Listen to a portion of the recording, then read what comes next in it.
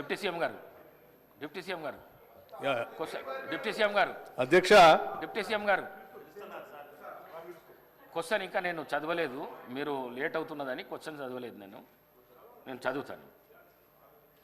Question number 477, రాష్ట్రంలో FRBM మరియు FRBM క్రిందికి రాని రుణాల స్థితి. గౌరవ ఉప ముఖ్యమంత్రి గారు. అధ్యక్ష, 2023 డిసెంబర్ 7వ తేదీ నుండి ఇప్పటి వరకు ప్రభుత్వేతర రంగాలకు ఇచ్చిన గ్యారంటీలు ఏమిటి అని వారు అడిగినటువంటి ప్రశ్నలకి నేను నిర్దిష్టమైనటువంటి సమాధానాలు మీ ద్వారా సభకి ఈ రాష్ట్రాన్ని కూడా తెలియజెప్పాలని అనుకుంటున్నాను. 2024 నవంబర్ వరకు గ్యారంటీ ఇచ్చినవి 51,277.71 కోట్లు. ఇక డ్రా చేసినవి కూడా 51,891.44 కోట్లు. 2024 వరకు 2023 డిసెంబర్ నుండి 2024 నవంబర్ 30 వరకు డ్రా చేసిన ఎఫ్ఆర్బిఎం రుణాలు 52,118 కోట్లు. అట్లాగే అధ్యక్ష, 2023 డిసెంబర్ నుండి 2024 నవంబర్ 30 వరకు కార్పొరేషన్లో ఎస్పీవీలు డ్రా చేసిన ఎఫ్ఆర్బిఎం ఏతర రుణాలు 61,991.14 కోట్లు.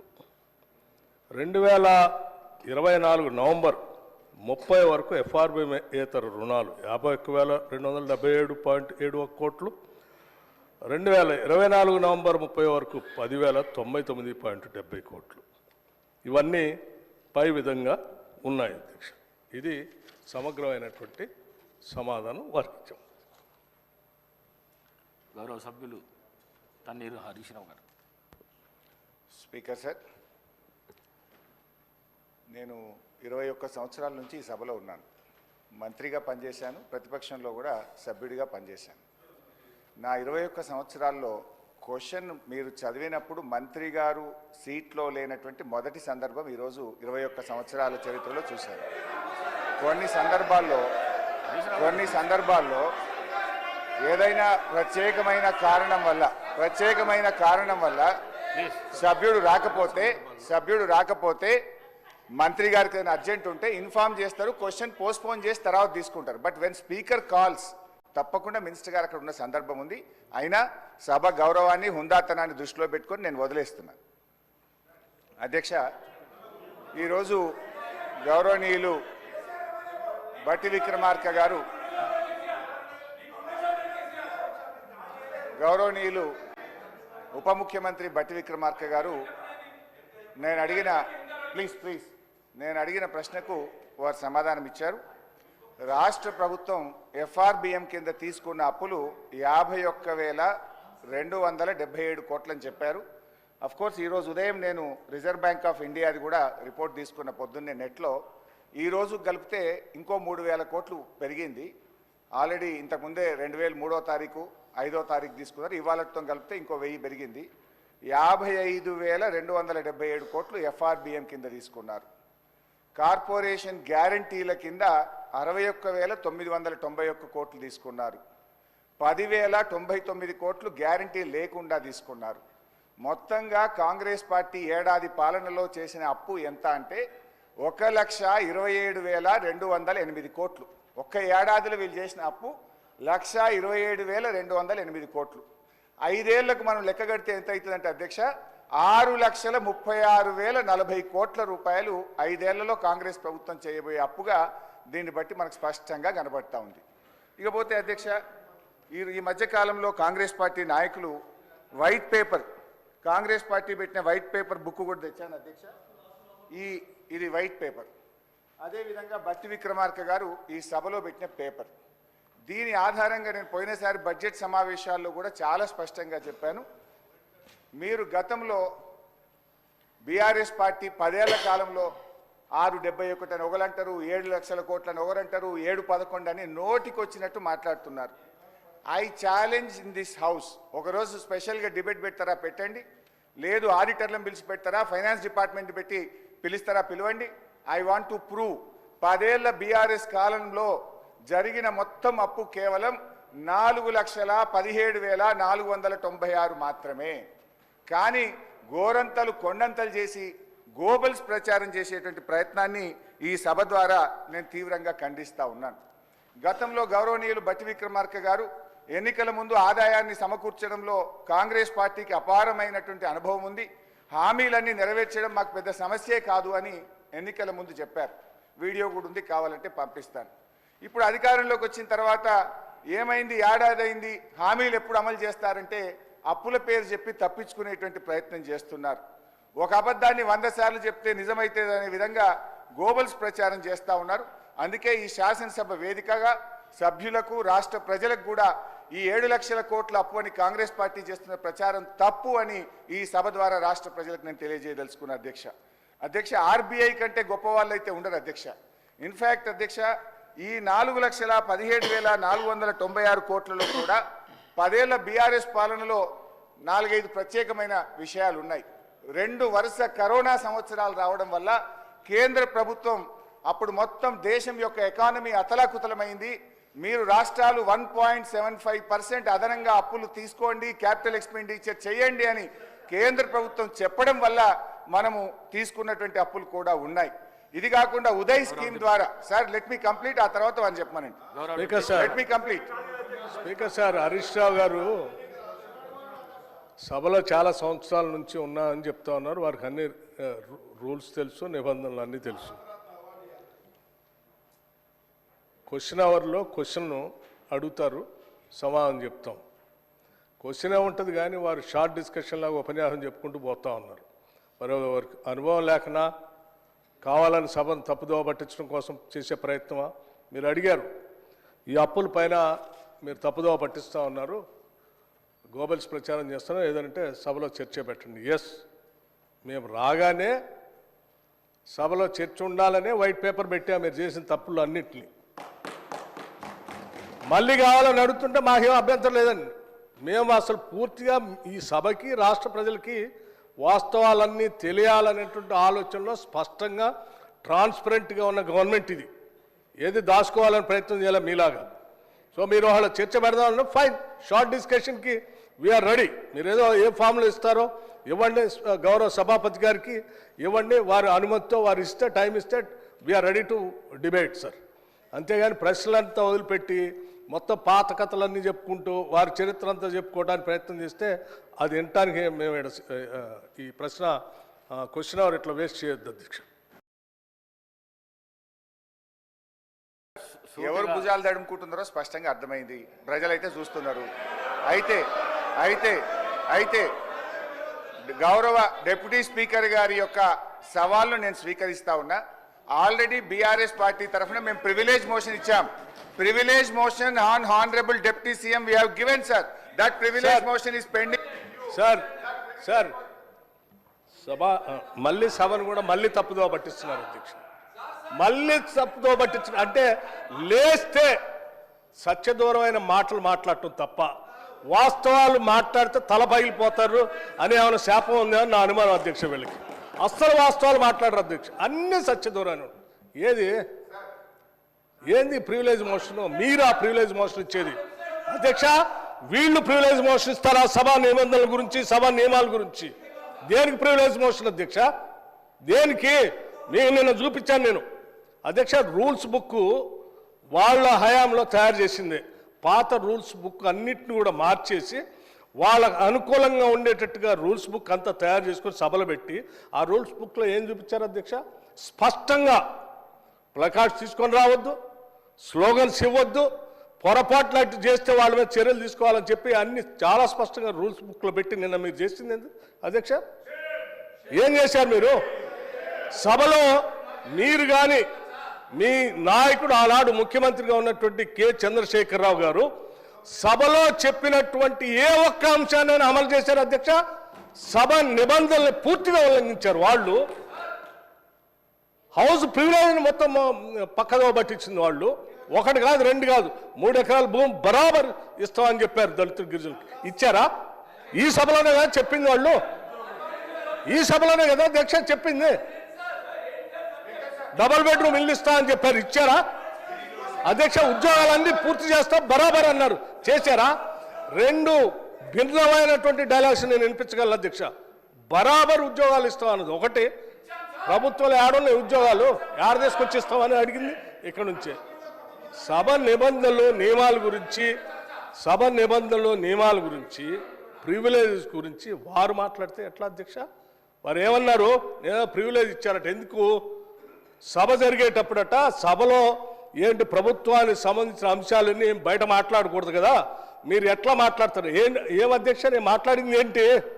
మీరు తప్పుడు సమాచారం ఈ రాష్ట్రానికి అప్పుల పైన ఇస్తా ఉంటే ఆ అప్పులకు సంబంధించి ప్రజలకు తెలియాలని చెప్పి 7,11,000 పైన ఉన్నటువంటి అప్పుల లెక్కలు బరాబరుగా చెప్తూ ఆ అప్పులు తీసే క్రమంలో మీరు చేసిన 66,000 కోట్ల అప్పుల్ని మేము తీర్చామని చెప్తూ, అట్లాగే రైతులకు ఇంకో 21,000 కోట్ల రూపాయలు రుణమాఫీ కింద ఆపు ఇచ్చామని అన్నప్పుడు ఒక జర్నలిస్ట్ అడిగాడు, అయ్యా రైతులకు భూమి ఉన్నటువంటి వాళ్ళు అందరికి ఇస్తున్నారు, బాగానే ఉంది, మరి అసలు మా భూమి లేని మా నిరుపేద ప్రజల కూలీలకు కూడా మీరు అప్పుడేదో ఇచ్చారు కదా అని ఇస్తా అన్నారు, ఆ 12,000 ఇస్తారంటే ఎస్ అవి కూడా ఇస్తామని అన్నాం.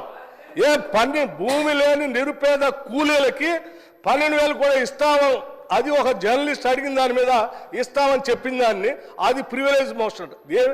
నిరుపేద కూలీలకి 12,000 మేము ఇస్తామని చెప్పినట్టు మాటను ఇస్తామంటే నీకు నన్ను ఇబ్బందా? కూలీలకి ఇయ్యొద్దా? ఏంది ఈ భూస్వాముల మనస్తత్వం? ఏంటా ఇబ్బంది? ఏం ఇబ్బంది అంటే దానికంటే ప్రివిలేజ్ మోషన్ ఇస్తారట. రైతు కూలీలకి 12,000 ఇస్తారా అని ఒక జర్నలిస్టు అడిగితే ఇస్తామని అన్నాం, అది ప్రివిలేజ్ మోషన్. రైతు కూలీలకు ఇస్తా అంటే ప్రివిలేజ్ మోషన్. ఇది ఎక్కడ ప్రివిలేజ్ మోషన్ అధ్యక్ష? ఇది ఎక్కడ ఉల్లంఘన? ఏ ఉల్లంఘన? రైట్. ఇంకోటి చెప్పారు, 7,11,000 పైన రుణం ఉంది అని తప్పుడు చెప్తున్నారు. మొత్తం తప్పులు చెప్పిందే మీరు కదా. 10 సంవత్సరాల పాలనలో తప్పు చెప్తుంది. 10 సంవత్సరాల పాలనలో తప్పు చెప్పినందుకే 6 నెలలకోసారి మర్చిపోతుంది అధ్యక్ష. వీళ్ళకి 6 నెలలకోసారి ఎందుకు పోతుంది నాకు అర్థం కావట్లేదు. ఆ సాధారణ ఎన్నికలప్పుడేమో ప్రజలు మొత్తం 6 నెలల క్రితం డిసెంబర్లో మొత్తం వాళ్ళని పంపించారు 2023. అది అయిపోయిన 6 నెలలకి పార్లమెంట్ ఎన్నికలు వస్తే డిపాజిట్ గలం చేసేసారు ప్రజలు. 6 నెలల తర్వాత మళ్ళీ అసలు ఇది ఏందో వాళ్ళకి ఆలోచన పోయిందేమో, అసలు రాష్ట్ర ప్రజలు అన్ని తప్పుదోలు పట్టిస్తారు. ఇది ఎక్కడ అన్యాయం అధ్యక్ష? ఇవన్నీ ప్రజలు ఇంత తిరస్కరిస్తూ ఉంటే ప్రజల కోసం పనిచేసే మా పైనట ప్రివిలేజ్ మోషన్ అంట. ఎట్లా అధ్యక్ష? మీరు అడిగారు అప్పులు ఎన్ని ఉన్నాయని, చాలా స్పష్టంగా మేమేం దాచుకోలేదు అధ్యక్ష. అప్పులు తీసుకునే ప్రతిదీ ఆర్బీఐ ద్వారా బ్యాంకు ద్వారా నిక్కచ్చిగా స్పష్టంగా ఉంటుంది అధ్యక్ష. ఆ స్పష్టంగా ఉన్న కాగితాన్ని వాళ్ళ మేము దాయలే. వాళ్ళు ప్రతి సందర్భంలో 7 లక్షల పైన అప్పు ఉందనేది ఏది మీరు కార్పొరేషన్ ఇచ్చిన గ్యారంటీస్ వాటిని ఎప్పుడు కలిపి చెప్పలే. కానీ వాళ్ళు మేము చెప్పేమే, దాచుకోలేదు కదా మీలాగా. సభను తప్పుదో పట్టించ మీరు ఎప్పుడు చెప్పలేదు. 7 లక్షలు పైబడి ఉన్న మాట దాచిపెట్టారు మీరు. మేము ఇవాళ దాయలేదు. నువ్వు ప్రశ్న అడిగితే స్పష్టంగా ప్రశ్న సమాధానం చెప్పాం. దీనిపైన చర్చ కావాలన్న ఫైన్ రెడీ మేము. Sir one minute Harish Rao గారు, మీరు అడిగిన ప్రశ్నకు కరెక్ట్గా మీరు అడిగితే ఈ డైవర్షన్స్ కావు. ఈ డైవర్షన్స్ అయితే 1 అవర్ లోపల నీకు 10 క్వశ్చన్స్ ఏడాగా కంప్లీట్ అవుతాయి. దయచేసి మీరు వేరే దానికి పోకుండా క్వశ్చన్కు సంబంధిత ప్రశ్నలే అడగండి మీరు దయచేసి ప్లీజ్. హరీష్ రావు గారు. స్పీకర్ సార్, మాకు మాత్రమే నీతులు చెప్తారు, అటువైపు ఎందుకు చెప్పారు సార్? అదే మీరు ఇప్పుడు వారు మొత్తం రాజకీయ ఉపన్యాసం చేయొచ్చు, రాజకీయం అంతా మాట్లాడొచ్చు. నేను I was confined to the subject sir. నేను డీవియేట్ కాలేదు. దయచేసి మీరు మా హక్కులను కాపాడాలి సార్. వికారాబాద్ ప్రజలు కూడా చూస్తున్నారు సార్, మా హక్కులు కాపాడాలి సార్. మీరు ఇక్కడ స్టార్ట్ అయితే అధ్యక్ష, స్పీకర్ సార్, మీరు ఒక విషయాన్ని క్లారిఫై చేయాలి. ఆ రకంగా శాసించడం కరెక్ట్ కాదు సార్. అధ్యక్ష, నాకు హరీష్ రావు గారి మీద చాలా హరీష్ రావు గారి మీద చాలా గౌరవం ఉంది అధ్యక్ష. వారు సీనియర్ సభ్యులు, గతంలో 10 ఏళ్ళు ఉన్నారు. అంతకుముందు కూడా ఉమ్మడి రాష్ట్రంలో ఉన్నారు, ఇప్పుడు కూడా ఉన్నారు అధ్యక్ష. వారు మాట్లాడితే పదే పదే అసలు సభాపతి అన్నా సభా స్థానం అన్నా గౌరవం లేకుండా వాళ్ళు మాట్లాడుతుంటే ఎట్లా అధ్యక్ష? నిన్న అధ్యక్ష నేను చూశాను బీఎస్సీ సమావేశం జరిగేటప్పుడు అధ్యక్ష వీళ్ళు చేసింది ఏంది, బీఎస్సీ సమావేశం జరిగేటప్పుడు నిన్న కూడా నిరసన చెప్పిపోయారు అధ్యక్ష. నేను అందుకే చెప్తాను, బీఎస్సీ సమావేశం జరుగుతూ ఉంది. 10 ఏళ్ళు బీఎస్సీలో ఏం చేసావు అధ్యక్ష? మీకు సభకి రాష్ట్ర ప్రజలకు కూడా తెలియాలి ఏం చేసావు అధ్యక్ష. బిజినెస్ సభలో ఏం బిజినెస్ జరగాలనేది అధ్యక్ష సభలో ఏం బిజినెస్ జరగాలి, ఎన్ని రోజులు జరగాలనేది చెప్పైనా సభాపతి స్థానంలో ఉన్నటువంటి పోచారం శ్రీనివాసరెడ్డి గారు అక్కడ కూర్చునేవాళ్ళు, అవతల నుంచి మీరు వచ్చేవాళ్ళు, యువతల నుంచి సిఎల్పి నాయకుడిగా ప్రతిపక్ష నాయకుడిగా నేను కూడా ఆ బీఎస్సీ మీటింగ్లో ఉన్నాను. ప్రతి సందర్భంలో ప్రభుత్వ పరంగా ముందుగా ప్రతిపక్షాలు అడిగి మీరేం చెప్పాలనుకుంటున్నారు, ఎన్ని రోజులు కావాలి మేము చెప్పేవాళ్ళం. చెప్పి ఈ అంశాలన్నీ తీసుకోవాలి, ఇన్ని రోజులు కావాలంటే సరే. అప్పుడు గౌరవ ముఖ్యమంత్రి గారు చంద్రశేఖరరావు గారు కానీ లేకపోతే వారి తరఫున హరీష్ రావు గారు కానీ వచ్చేవాళ్ళు. వచ్చి వాళ్ళు ఏం చెప్పేవాళ్ళు అధ్యక్ష, రైట్ చాలా సంతోషం, మీరు ప్రతిపక్ష పార్టీగా మీరు ఏ అంశాలు తీసుకోవాలనుకుంటున్నారో ఆ అంశాలన్నింటినీ గౌరవ సభాపతి గారికి ఇవ్వండి, ఎన్ని రోజులు నడపాలనుకుంటున్నారో అన్ని రోజులు కూడా రాసివ్వండి, మేము కూడా ఆ అంశాలన్నీ రాసిస్తాం. మిగతా ప్రతిపక్షాలకు సంబంధించిన వాళ్ళు అందరూ వారికి ఇచ్చిన తర్వాత వారు పరిశీలన చేసి ఏ అంశాలు తీసుకోవాలి, ఎన్ని రోజులు నడపాలని నిర్ణయం చేస్తారో సభాపతి గారికి ఒప్పచెప్దామని లేచి వచ్చేవాళ్ళం. లేదు నేను ఎక్కడ చెప్పాలంటే లేదు అట్లా కరెక్ట్ కాదు, సభాపతి గారు రాసిచ్చాం, వారే నిర్ణయం చేస్తారు, మనం అంతా సభ వారు చెప్పినట్టు నడవాలి ఫైన్ అని చెప్పి 10 ఏళ్ళు అదే నడిపాం అధ్యక్ష. కానీ నిన్న మాత్రం ప్రసాద్ కుమార్ గారు సభాపతి స్థానంలో ఉంది, మేము కూడా అదే ప్రొసీజర్ని ఫాలో అవుదాం, మీరు రాసి ఇవ్వండి మేము రాసిస్తామని అంటే లేదు ఇప్పుడు ప్రసాద్ కుమార్ గారు సభాపతి గారు నిర్ణయం చేయడానికి లేదు, మీరు ఇప్పుడే చెప్పాలను. అధ్యక్ష సభాపతి స్థానం అప్పుడు అదే ఇప్పుడు అదే. అప్పుడు పోచారం శ్రీనివాసరెడ్డి గారు ఉన్నారు, ఇప్పుడు ప్రసాద్ కుమార్ గారు ఉన్నారు. సభాపతి స్థానం ఏం మారలేదు అధ్యక్ష, మనుషులు మాత్రమే మారారు. పోచారం శ్రీనివాసరెడ్డి గారు ఉన్నప్పుడు ఏ నిబంధనలు అయితే పాటిస్తున్నామో ప్రసాద్ కుమార్ గారు ఉన్నప్పుడు కూడా అదే నిబంధనలు పాటించాలి కదా. ఎందుకు మీరు దాన్ని వదిలేసి లేచి బీఎస్సీలో సభాపతిని మొత్తం అందరిని అవమానించేటట్టు కాగితాలు పడేసి బయటకు వెళ్తారు అధ్యక్ష? ఇదే నా సభాపతి స్థానానికి మీరు ఇచ్చే గౌరవం? ఏం ప్రసాద్ కుమార్ గారు స్పీకర్ కాదా? మనం 10 ఏళ్ళు పాటించింది మనం ఎందుకు పాటించట్లే? వీళ్ళు మాట్లాడితే లేచి సభాపతి మీద అటాక్ చేయడం కోసం ప్రయత్నం చేస్తారు, ఇది కరెక్ట్ కాదు అధ్యక్ష. సభాపతి మీరు పదే బతిలాడారు అధ్యక్ష, కూర్చోండి దయచేసి ఆ ప్లే కార్డ్స్ పట్టుకొని రావటం కరెక్ట్ కాదు, అవన్నీ మా మార్షల్స్కి హ్యాండ్ ఓవర్ చేయండి, నా దగ్గర తీసుకొని వస్తారంటే హ్యాండ్ ఓవర్ చేయకపోగా ఆ కాగితాలన్నీ పట్టుకొని ఏడుకు వచ్చేది ఆ సభాపతి స్థానం మీద ఎగరటానికి పోతా ఉన్నారు హరీష్ రావు గారు.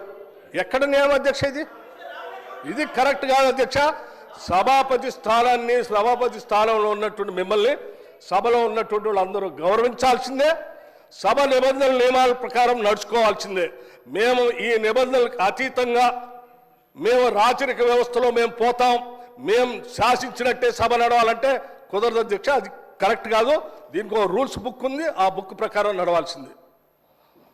హరీష్ రావు గారు మీరు మాట్లాడుతూ వికారాబాద్ ప్రజలు చూస్తున్నారు అన్నారు. వికారాబాద్ ప్రజలు కాదు, రాష్ట్ర ప్రజలు, దేశ ప్రజలు, ప్రపంచ ప్రజలంతా చూస్తున్నారు, ఒక్క వికారాబాదే కాదు. దయచేసి ప్లీజ్ సార్, ఇప్పుడు ఒక విషయం, అవును, ఈ సభ జరుగుతున్న తీరును రాష్ట్ర ప్రజలు, సిద్దిపేట ప్రజలు, వికారాబాద్ ప్రజలు, దేశ ప్రజలు అందరూ చూస్తున్నారు. సభలో జరుగుతున్న తీరును ప్రజలు గమనిస్తున్నారు. రైట్ అధ్యక్ష, గౌరవ డిప్యూటీ స్పీకర్ గారు గతంలో సభ ఎట్లా జరిగింది, ఇప్పుడు ఎట్లా జరిగింది అని ఒక్క నిమిషం, I'm quoting rules book. Deputy CM అదే సారీ, సీఎం అవుతారేమో ఫ్యూచర్లో, మంచిదే కదా, we want him to become a CM. అయితే అధ్యక్ష